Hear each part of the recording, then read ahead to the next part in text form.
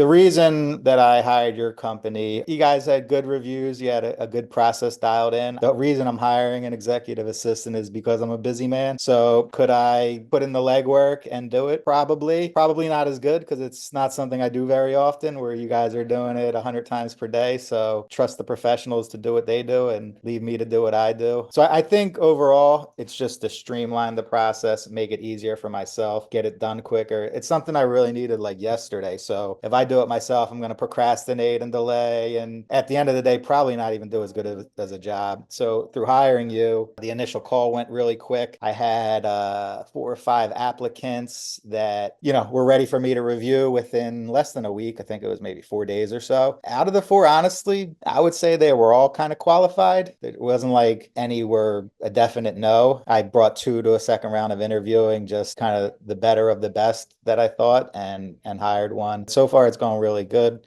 We've done a little training and they're kind of up and running and already taken over a lot of the things that I needed off my plate. I would say so. Most people that are going to hire are probably in a similar situation to me, not necessarily needing a personal executive assistant, but they're probably like smaller businesses, mom and pop type of businesses. And at the end of the day, we're not experts in hiring, right? Like whatever your business is, if it's plumbing, roofing, sales and marketing, office work, that's what you're an expert in. So you could go down the path yourself and figure it out, but it's probably not the best use of your time. Like I said before, leave it to the professionals. And the other thing is the virtual route. If you can employ a virtual position, I always find that like bang for your buck, the dollar you spend versus the candidate you're going to get is really good compared to stateside a lot of times. This one for the executive assistant, I wanted someone who was really skilled and kind of like top tier for a VA. So I paid a little bit more for that, but stateside with the qualifications she had would probably have been easily $30 an hour for someone in that position. She has a master's degree. Leave it to the professionals. Stay in your own lane, what you're good at. Get some candidates quick, and don't worry about pinching the penny. It's going to cost you a few grand.